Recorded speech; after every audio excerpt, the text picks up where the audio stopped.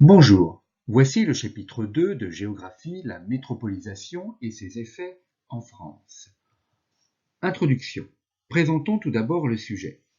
En France, comme dans le monde, la métropolisation se renforce au profit de quelques villes. L'importance et l'attractivité des métropoles régionales et ultramarines tendent à se renforcer, mais de façon inégale. Paris domine cette hiérarchie métropolitaine. Elle est la seule ville française à prétendre au rang de métropole mondiale. Cela conduit à une évolution de la place et du rôle des villes petites et moyennes. Certaines manquent d'attractivité et leurs centres urbains concentrent les difficultés. Par contre, d'autres connaissent un renouveau grâce à un dynamisme économique local et à la mise en valeur du cadre de vie. La problématique est la suivante: quelles sont les caractéristiques de la métropolisation en France? Le plan est composé de 3 parties. Tout d'abord, la métropolisation du territoire français, ensuite l'affirmation de la métropole parisienne, et enfin diversité et inégalité des villes petites et moyennes. En arrière-plan, vous avez ici une photo de la place Pumereau à Tours. Première partie, la métropolisation du territoire français. Depuis la fin de la Deuxième Guerre mondiale, l'urbanisation et la métropolisation sont les dynamiques principales du territoire français. Rappelons ce que nous avons vu lors du premier chapitre de géographie, la métropolisation. Celle-ci est le processus ou le phénomène de concentration des populations, des activités et des fonctions de commandement dans les métropoles. En France, 9 habitants sur 10 vivent dans les aires métropoles. Comme vous pouvez le voir sur cette carte de la France qui représente une urbanisation inégale, les parties en jaune ont un taux d'urbanisation supérieur à 80%, les parties jaune clair entre 50 et 80%, et jaune pâle, moins de 50%. Les 15 plus grandes aires urbaines en France représentent 70% des créations d'emplois entre 2007 et 2014, comme le montre cette carte de la concentration des emplois dans les métropoles. Les couleurs donc représentent entre 1975 et 2015 la croissance des emplois. Vous voyez que dans les parties rouges les plus foncées, la croissance se situe entre 1 et 4%, donc dans beaucoup de métropoles le long des littoraux, littoral ouest, littoral méditerranéen, Paris et sa région, et puis la région lyonnaise également. Troisième idée plutôt, l'étalement urbain est important en France. Cette métropolisation, en effet, se traduit par un étalement urbain. Par exemple, les aires urbaines de Lyon, Bordeaux, Nantes et Rennes ont augmenté de 50% depuis 2008. Rappelons ce qu'est une aire urbaine, espace continu qui se compose d'une ville-centre, de banlieue et d'une couronne périurbaine, comme le montre ce schéma.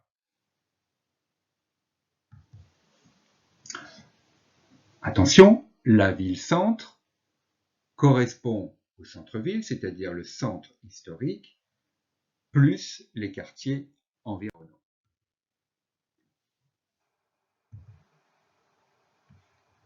Prenons l'exemple de la ville de Nantes et de son extension. Vous voyez sur cette carte, en jaune, ici, l'étalement urbain de la ville. En jaune foncé, l'espace urbanisé en 1968, puis son extension jusqu'en 1999, et puis en périphérie, vous avez donc en jaune très pâle l'extension depuis 2010.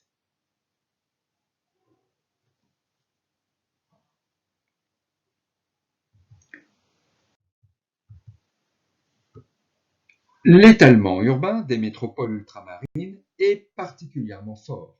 Les villes-centres de ces métropoles sont saturées et leur population stagne ou diminue. C'est le cas de Pointe-à-Pitre, en Guadeloupe, et ici, dans le texte qui vous est présenté, l'idée principale est cet étalement urbain depuis de nombreuses années autour des principales villes de Martinique et de Guadeloupe. Les populations ont envahi l'espace des banlieues dans ces métropoles. Au-delà même, vers les ports, les terminaux pétroliers notamment, hein, et on assiste bien à un étalement de plus en plus important des villes dans ces régions ultramarines.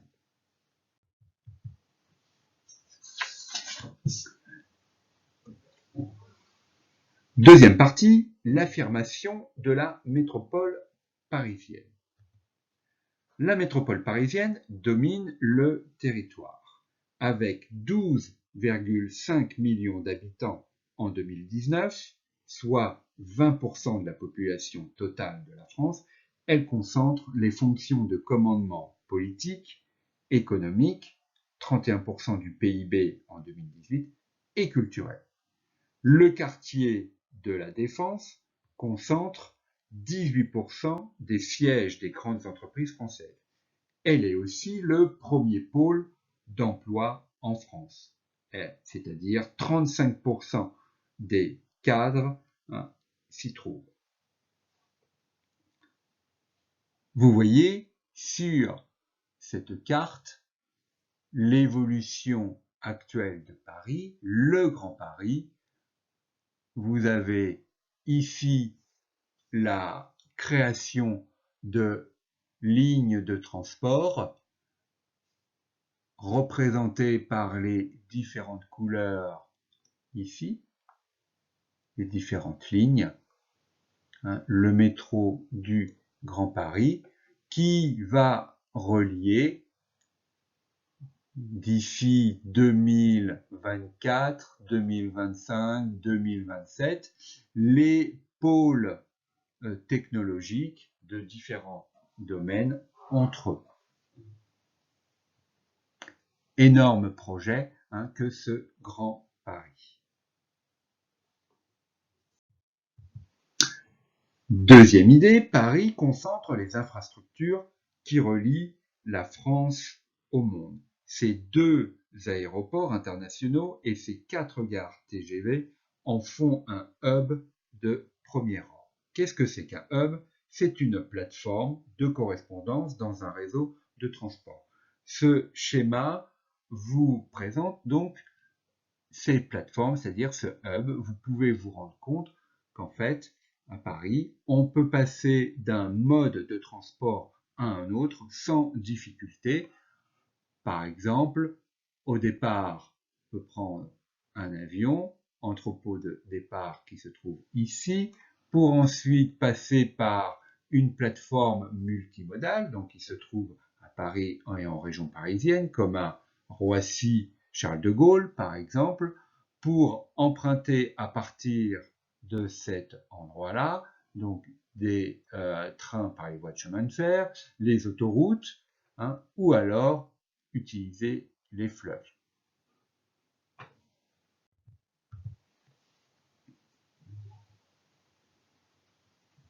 Roissy et Orly représentent les 2/3 du trafic passager national. Pour faire face à la concurrence mondiale, le projet du Grand Paris, dont j'ai parlé tout à l'heure, relie de nouveaux pôles. La plaine Saint-Denis, par exemple, pour les industries du numérique, Villejuif pour les technologies de la santé, le plateau de Saclay pour les hautes technologies et la Défense, un quartier d'affaires et finances. Paris est ainsi au cœur de l'archipel mégalopolitain mondial. Je rappelle ce qu'est cet archipel, vous l'avez ici, donc c'est l'ensemble des grandes mégalopoles mondiales qui ont des relations entre elles, et Paris se situe dans la mégalopole européenne. Mais, troisième idée, son attractivité à l'échelle nationale est à nuancer.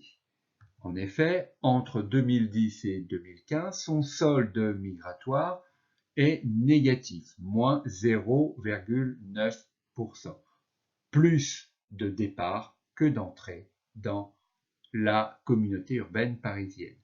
Pourquoi? Parce que les familles de cadres et les retraités notamment recherchent une meilleure qualité de vie dans d'autres régions de France, les littoraux, le sud notamment.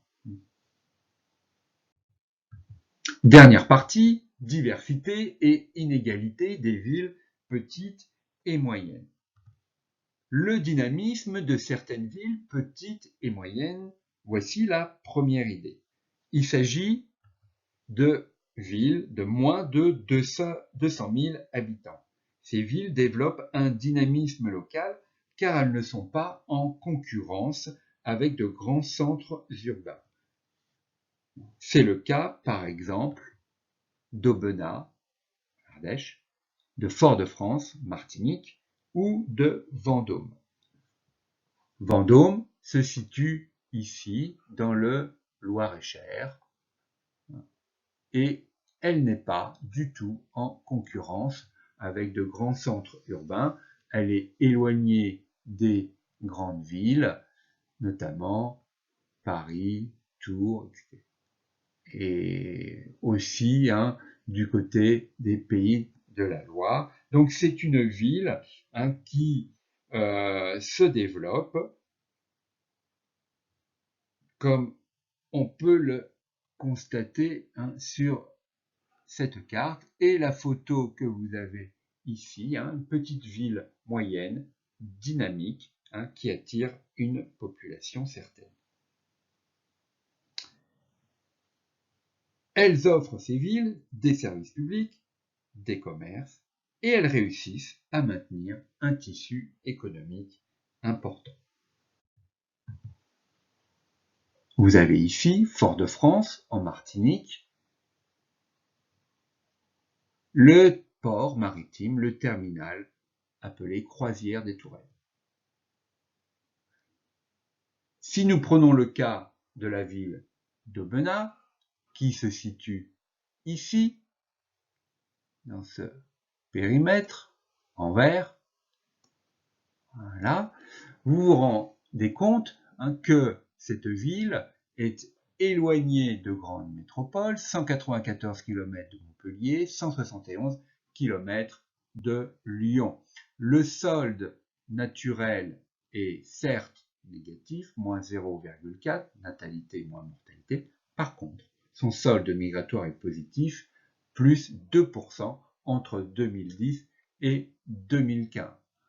Par ailleurs, légère augmentation du nombre d'emplois dans cette ville entre 2010 et 2015, une ville qui comprend un petit peu moins de 12 000 habitants. Deuxième idée, certaines petites et moyennes villes bénéficient de la proximité de grandes métropoles. Elles développent alors une activité économique complémentaire de ces métropoles et attirent des habitants. C'est le cas de Saint-Malo, ici 45 000 habitants. Certes, Saint-Malo a une population qui diminue légèrement, mais son solde migratoire est légèrement positif, ainsi que l'évolution de l'emploi entre 2010 et 2015. Je rappelle, on le voit sur la carte, que Saint-Malo se trouve à 70 km de Rennes.